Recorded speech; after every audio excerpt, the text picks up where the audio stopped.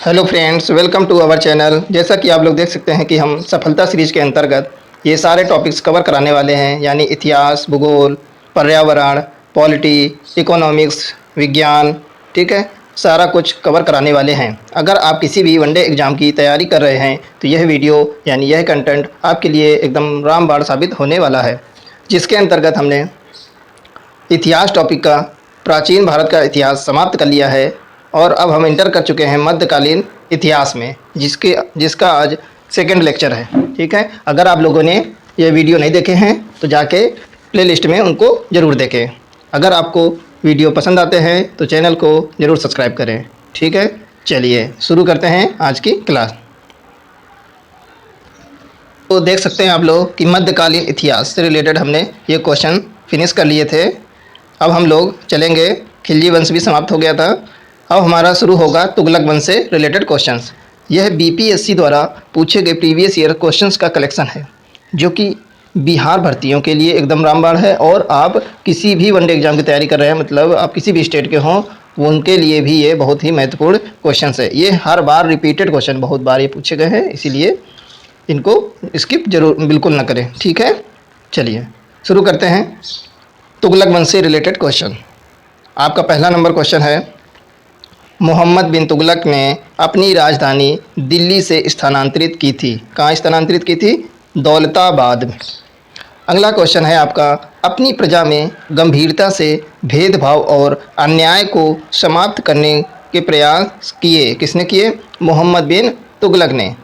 अगला क्वेश्चन है आपका, वह शासक जिसके शासनकाल के विषय पर इब्न बतूता की रहला प्रकाश डालती है। इब्न बतूता ने रहला लिखा था। ठीक है, तो कौन था? मोहम्मद बिन तुगलक। अगला क्वेश्चन है आपका, जिस दिल्ली सुल्तान ने एक कृषि विकास के मंत्रालय की स्थापना की वह था। मोहम्मद बिन तुगलक ने कृषि विकास के लिए मंत्रालय की स्थापना की थी, कृषि के विकास के लिए। ठीक है, नेक्स्ट क्वेश्चन है आपका, जागीर बांटने की फिरोज शाह तुगलक की नीति के पीछे शक्ति थी। कौन सी शक्ति थी? परंपरागत विशिष्ट वर्ग को समर्पण की शक्ति थी। ठीक है, चलिए अगला क्वेश्चन आपका है, वह सुल्तान जिसके दरबार में सबसे अधिक गुलाम थे। कौन था? फिरोज शाह तुगलक। अगला आपका क्वेश्चन है, फिरोज शाह तुगलक ने संस्कृत पांडुलिपि का दलाइल ए फिरोज शाही नाम से फारसी में अनुवाद करवाया था। ठीक है, चलिए अगला क्वेश्चन है, वह शासक जिसने गुलामों हेतु विभाग स्थापित किया था। फिरोज शाह तुगलक ने। अगला है, वह सुल्तान जिसने फलों की गुणवत्ता सुधारने के लिए उपाय किए। किसने किए थे? फिरोज शाह तुगलक ने। अगला क्वेश्चन है, फिरोज तुगलक द्वारा स्थापित दार उल सफ़ा था। क्या था? एक खैराती अस्पताल। एक खैराती अस्पताल था आपका। चलिए अगला क्वेश्चन है, वह सुल्तान जिसने बेरोजगारों को रोजगार दिलवाया। किसने दिलवाया था? फिरोज शाह तुगलक ने। अगला क्वेश्चन है आपका, वह सुल्तान जिसने सबसे ज़्यादा नहरों का निर्माण किया था। किसने किया था? फिरोज शाह तुगलक ने। अब देखिए सैयद वंश के क्वेश्चन देखते हैं। तारीख ए मुबारक शाही का लेखक याहिया सरहिंदी सैयद के शासनकाल में था। का लेखक कौन था? याहिया सरहिंदी। यह किसके शासनकाल में था? सैयद के शासनकाल में था। चलिए अगला है, तैमूर के आक्रमण के बाद भारत में सैयद वंश का राज स्थापित हुआ था। ठीक है, ये देखिए बहुत ही इम्पोर्टेंट आपके लिए क्वेश्चंस हैं, ये आपके लिए बहुत ही हेल्पफुल हैं। देखिए अगर आप लोगों ने हिंदी के क्वेश्चंस नहीं देखे हैं तो हिंदी की प्लेलिस्ट भी पड़ी हुई है। आप लोग जाके प्लेलिस्ट में हिंदी के वीडियो भी देख सकते हैं, जिसमें हमने 50+ वीडियो कवर कराए हुए हैं। तो वो जाके आप लोग ज़रूर वॉच करें, आपकी हिंदी मजबूत हो जाएगी। चलिए इसमें देखते हैं लोधी वंश से रिलेटेड क्वेश्चन। क्या है? लोधी वंश की स्थापना की किसने की? बहलोल लोधी ने। अगला है, वह सुल्तान जिसने एक नगर बसाया जहां अब आगरा है। सिकंदर लोधी ने। ठीक है, एक नगर बसाया था जो अब आगरा नाम से जाना जाता है। ठीक है, अगला देख सकते हैं सल्तनत कालीन क्वेश्चन है। अगला क्वेश्चन है, दिल्ली सल्तनत के दौरान मुकद्दम या चौधरी पद का इस्तेमाल किया जाता था। कब किया जाता था? गांव के सरपंच के लिए।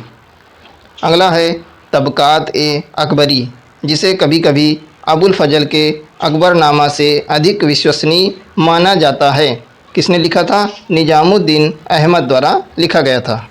अब चलिए अगला क्वेश्चन है, दिल्ली में पहला मदरसा स्थापित किया था, किसने किया था? इल्तुतमिश ने। अगला क्वेश्चन है, गीत गोविंद का रचयिता था, कौन था? जयदेव। जयदेव आपका गीत गोविंद का रचयिता था। अगला क्वेश्चन है, तराइन के युद्ध में भारतीय शासक पराजित हुआ था, कौन सा भारतीय शासक? पृथ्वीराज चौहान। पृथ्वीराज चौहान पराजित हुआ था। अगला क्वेश्चन है, गजनी के महमूद ने सोमनाथ मंदिर का विध्वंस कब किया था? 1026 ईस्वी में। अब देखते हैं बहमनी राजवंश से रिलेटेड क्वेश्चन। बहमनी राज का संस्थापक था, कौन था? अलाउद्दीन हसन। अगला है, दक्षिणी चित्रकला का विकास हुआ था, कहाँ हुआ था? बीजापुर गोलकुंडा से। अगला है, विजयनगर राज्य की स्थापना हुई, किसने की थी? हरिहर एवं बुक्का द्वारा स्थापना हुई थी, किसकी? विजयनगर साम्राज्य की। चलिए अगला क्वेश्चन है आपका, फारसी यात्री अब्दुल रज्जाक भारत में देवराय सेकंड के शासनकाल में आया था। अगला क्वेश्चन है आपका, विजयनगर का वह पहला शासक जिसने बहमनियों से गोवा को छीन लिया था, कौन था? हरिहर द्वितीय। अगला है आपका, विजयनगर साम्राज्य के कृष्णदेव राय समकालीन थे, किसके समकालीन थे? बाबर के समकालीन थे। अगला क्वेश्चन है आपका, विजयनगर के जिस सम्राट ने तेलुगु और संस्कृत साहित्य में सर्वाधिक योगदान दिया वह था, कौन था? कृष्णदेव राय, इसने संस्कृत साहित्य में सर्वाधिक योगदान दिया था।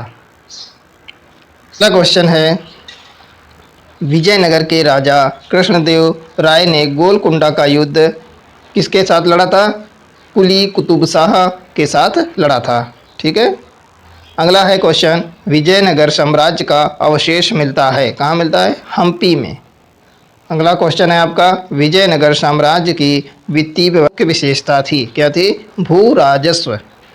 अगला क्वेश्चन है आपका, तालीकोटा का युद्ध हुआ था, कब हुआ था? सन 1565 ईस्वी में। चलिए ठीक है फ्रेंड्स, इसी प्रकार आप लोग देख सकते हैं कि आगे भी हम अब 15वीं एवं 16वीं शताब्दियों के धार्मिक आंदोलन से रिलेटेड क्वेश्चंस देखेंगे। जैसे ही मध्यकालीन इतिहास फिनिश होगा हम लोग आधुनिक भारत इतिहास समाप्त करेंगे। इसी क्रम में आगे बढ़ते जाएंगे। आप लोगों ने अभी तक अगर चैनल को सब्सक्राइब नहीं किया तो ज़रूर सब्सक्राइब कर लें, यह आपके लिए बहुत ही महत्वपूर्ण है। अगर आपको हमारा कंटेंट पसंद आता है तो आप अपने फ्रेंड्स के साथ में भी इसको शेयर करें। इससे हमें क्या है, हमारे चैनल को मोटिवेशन मिलता है नए नए वीडियो बनाने के लिए। ओके, टेक केयर, मिलते हैं नेक्स्ट क्लास में।